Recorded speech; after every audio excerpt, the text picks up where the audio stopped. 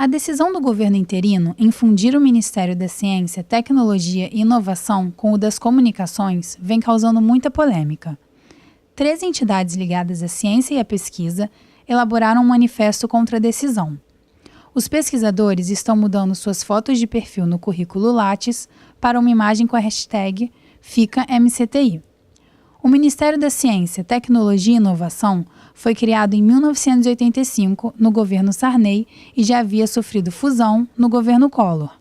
A grande reclamação é que os 2 ministérios possuem missões não compatíveis. Eu acho que isso demonstra muito claramente o desprezo desse governo pela ciência e pela tecnologia, porque são 2 demandas do Estado completamente distintas. Quer dizer, a pessoa que vai coordenar as verbas para a comunicação dificilmente vai ter capacidade de estabelecer algum tipo de política própria para o desenvolvimento da inovação e da tecnologia do país, né? É bom ressaltar que tanto essa fusão, que significa a extinção na prática, né, do Ministério de Ciência, Tecnologia e Inovação, assim como foi do Ministério da Cultura, a proposta de extinção da empresa Brasil de Comunicações e outras medidas desse governo, estão sendo postas de forma autoritária, sem um debate com os pesquisadores, os trabalhadores, os profissionais da área. O que num governo provisório, legítimo, interino, é extremamente complicado. É óbvio que, diante de tanta reclamação contra essa fusão, não pode ser uma coisa boa, né? A própria comunidade científica já vem protestando muito fortemente contra esse tipo de junção com outro ministério que, até o nosso ponto de vista, não tem muita correlação. Os investimentos em pesquisa no Brasil já vinham sofrendo com cortes nos últimos anos, mas com o governo interino, as verbas ficaram ainda mais escassas. Dados do Portal da Transparência mostram que 2015 foi o primeiro ano desde 2004 a registrar queda nos gastos diretos do MCTI. Foram investidos 6,9 bilhões de reais contra 8,4 bilhões em 2014. Neste ano, até agora, os gastos foram de apenas 2 bilhões. Isso gera grande preocupação às universidades federais. A pesquisa já carece de apoio, né? Várias bolsas, por conta da proposta de ajuste fiscal ao longo do ano passado, vinham sendo cortadas, contingenciadas. O orçamento da educação, da pesquisa nas universidades já sofria com várias medidas de ataque. As consequências são as piores possíveis, né? Desde redução no financiamento à pesquisa básica e à pesquisa como em geral, né? E que já não é tão grande assim. Então, acho que os prejuízos podem ser muito, muito grandes com relação a esse tipo de fusão. Nós vamos ter aí um tempo muito ruim para as universidades públicas, né? O que é uma pena, porque a gente teve uma expansão do sistema público universitário brasileiro e esse era o momento de, depois da expansão ter se consolidado, de você ter um investimento muito mais forte do ponto de vista do que podem ser as especialidades dessa universidade para a sua internacionalização. Outro ministério cortado pelo governo havia sido o da cultura.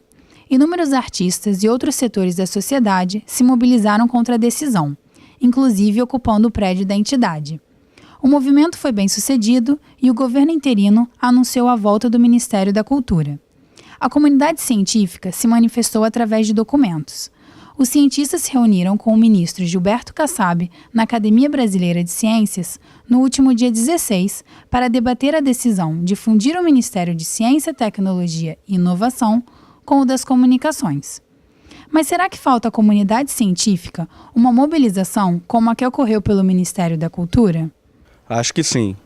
Creio que para nós mobilizarmos, nós temos que botar em pauta fazer com que a população brasileira perceba o que está em jogo. Então é necessário que, assim como os artistas fizeram com a bonita ocupação no Ministério, com as atividades que eles fizeram do Ocupa Minc, acho que esse é o caminho que deve ser seguido, né, para que a ciência, a tecnologia, a inovação e a educação também não sejam deixados de lado. A mobilização já está acontecendo.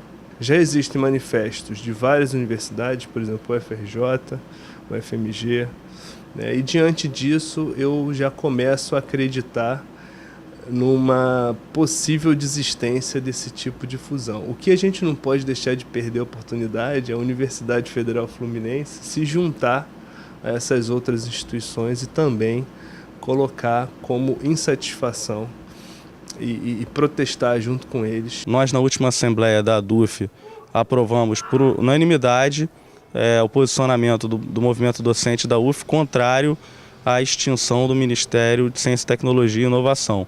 É necessária uma articulação, como foi feita em relação ao Ministério da Cultura, né? Porque isso não é uma mera reforma administrativa, é uma sinalização de que o governo não dá a devida importância estratégica para a pesquisa, para a cultura e para a educação no país. Eu acho que não é só isso, porque tudo bem, você pode voltar com o Ministério, mas voltar com o Ministério para quê? No sentido de que a questão não é que não seja importante, mas a questão não termina aí, né? Quer dizer, falta de fato uma política clara de ciência e tecnologia no Brasil, né, e que coloque isso como prioridade, que pare de ficar vendendo à sociedade, sabe, o discurso de que a educação é o que falta no Brasil, e quando você precisa de fato implementar e financiar os processos ligados à educação e desenvolvimento tecnológico, nada aconteça. Só que a gente vive num momento onde você nem sequer abre mais escolas, você fecha escolas, né? A falta de um maior apoio da sociedade civil ao movimento contra o fim do Ministério da Ciência e Tecnologia demonstra um afastamento entre a ciência e o público leigo. Para Vladimir Safatli, as produções científicas acabam ficando restritas à própria comunidade acadêmica, o que deveria ser mudado, segundo ele. A sociedade desconhece o que é, em larga medida, o que é feito nas nossas universidades. Então, tudo bem, um pouco de culpa são das próprias universidades, que eliminaram, em larga medida, do seu horizonte a necessidade de fazer uma articulação profunda com a sociedade civil, no sentido de mostrar à sociedade civil que ela produz, né?